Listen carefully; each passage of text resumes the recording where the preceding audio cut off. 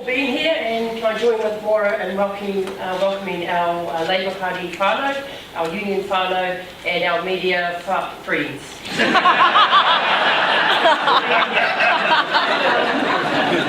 It's a real honour to share this part of the occasion to elect Labour Party's leader for 2013, and like Maura said, to introduce Rob, who will be co-hosting us.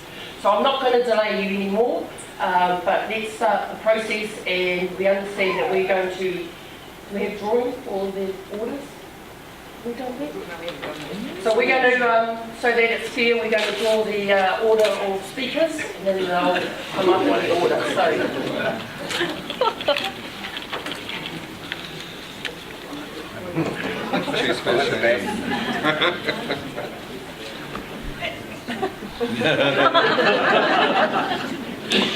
Fighting.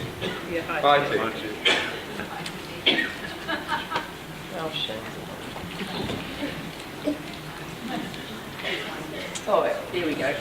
So, without further ado, can I please ask Shane Jones to approach the podium?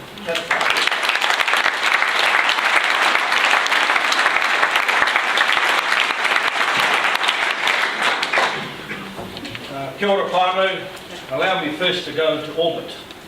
Kura haupō waka, mua koko iwi, tararua maunga, tēnā koutou, tēnā koutou, tēnā koutou katoa. E whakatau nei a mātou, te rōpū reipa, ka tae mai ki toho te rohe, te whānau o te rōpū reipa. Tēnei anō te mihi atu, ā ngākau, āhene ngaro, ā waiwa, kia koutou. Tēnā koutou, tēnā koutou, kia ora tātou katoa. Madam President, you look great today.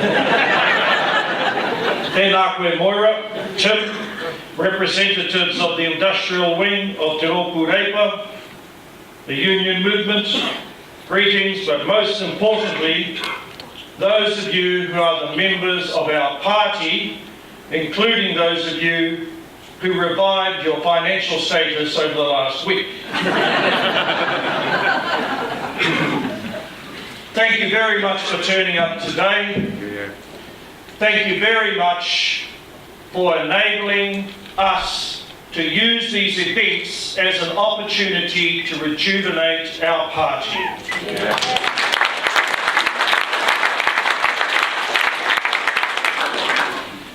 I am glad to be the first speaker, because when you look at the records of who actually votes in Aotearoa, the people in this electorate, in this rohe of Otaki, you actually have some of the highest turnout figures.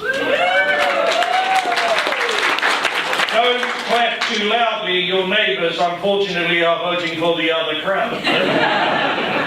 And really that's why, whānau, I decided, after being prodded by some of my caucus colleagues, a number of party members, to stand and make this a contest that really tests not only its technicalities, but the opportunity for you to watch personalities talk about, number one, ideas, number two, thoughts on organisational capacity, but number three, who will be the best messenger on your behalf to take out the $50 million gorilla, John King.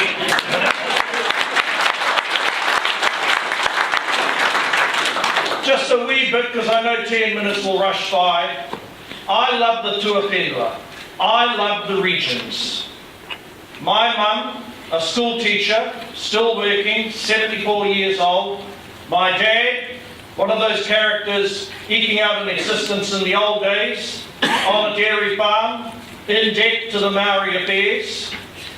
We grew up in a massive extended family, and we grew up with some simple messages which I want to ensure that this party begins to accentuate to recover the territory we have lost. I can't state it any more clearer. When I go to the regions of New Zealand, I struggle to find in the maraes, in the workplaces, in the hotels, in the RSAs, loud voices saying, Jonesy, the first waka of choice politically for us is Labour. But their economic circumstances mean they should be Labour.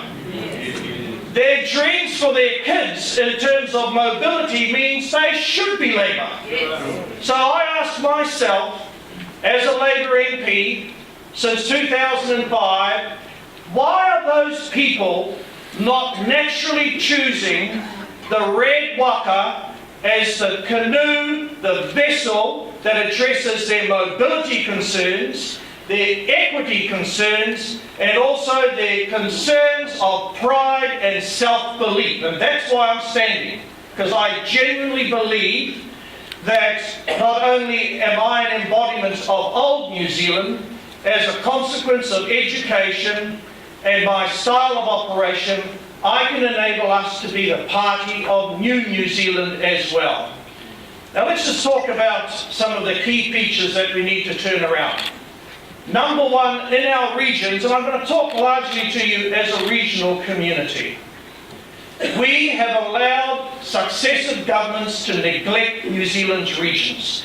Now I understand that because the majority of the population are drifting Taupō north.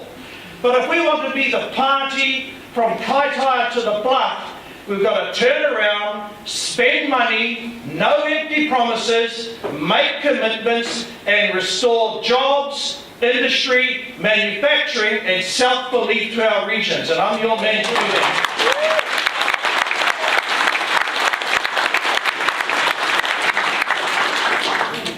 You know, I'm a mixture.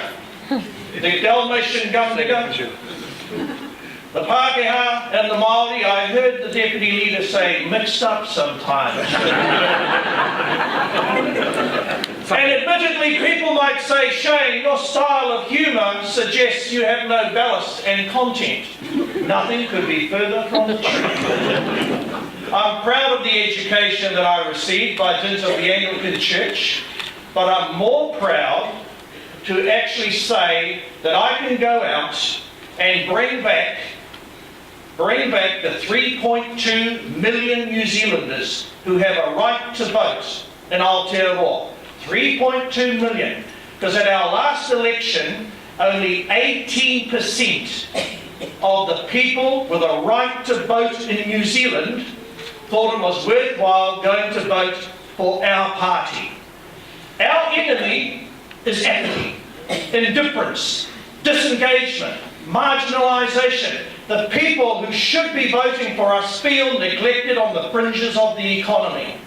Unless we gather them in, unless we feel that we can give them a reason to actually develop and self-generate the enthusiasm to join our party, join the fray, I fear as to how we are going to get up to the 40, 43, 45%. I don't want to limp along at 35, 36% as if I've been to the urologist and asked the Green Party to lift me up. That's not me.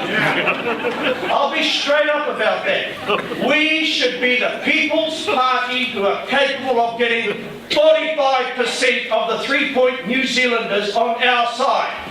And if we're not able to do that, that's because we look in, not out.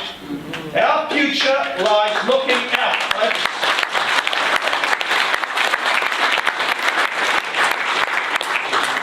Now, of essential importance is mobilisation and organisation, and I acknowledge my two colleagues here. Grant is full-blooded machine organisation labour. I acknowledge that. David is based in metropolitan New Zealand, and he has his own network there. But if you want the best messenger who can get the people from that side of the aisle to this side of the aisle and who knows in politics, sometimes you're going to tack a little left, tack a little right.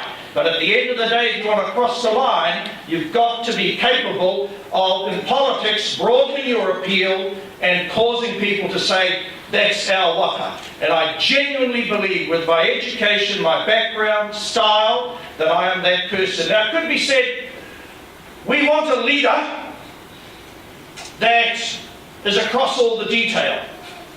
We want a leader that can offer a whole host of phrases that resonate with where we've been as a party for the last 20 years. What we need is a leader who's a clear thinker and a straight talker, because that's what Kiwis tell me they're after. And when I go out to raise dough for our party, when I go out to host events, etc., that's the call that I hear. So I actually want to bring forward the ability to broaden our appeal, delegate to people who are expert in their field, and focus on what I'm good at.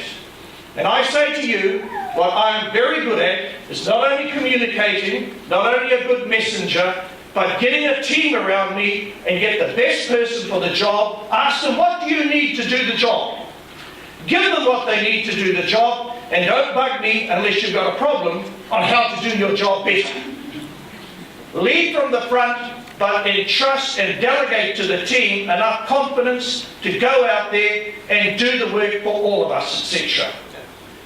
My son recently joined an industry that I had a kind of love-hate affair with. But now that he's working on the oil boat that lugs the oil around Marsden Point, all around Aotearoa, I'm solidly both with his industry and his union. But most importantly, he said something to me. He said, Papa, why is it that young people don't vote anymore? And Papa, why is it that our Māori people don't vote anymore? And Papa, my boss, is a Pacific Islander. How come they don't vote anymore? I said to him, son, hope, mobilisation, clear thinking, and lots of aroha, affection, direction, and a bit of humour. Kia ora tātou.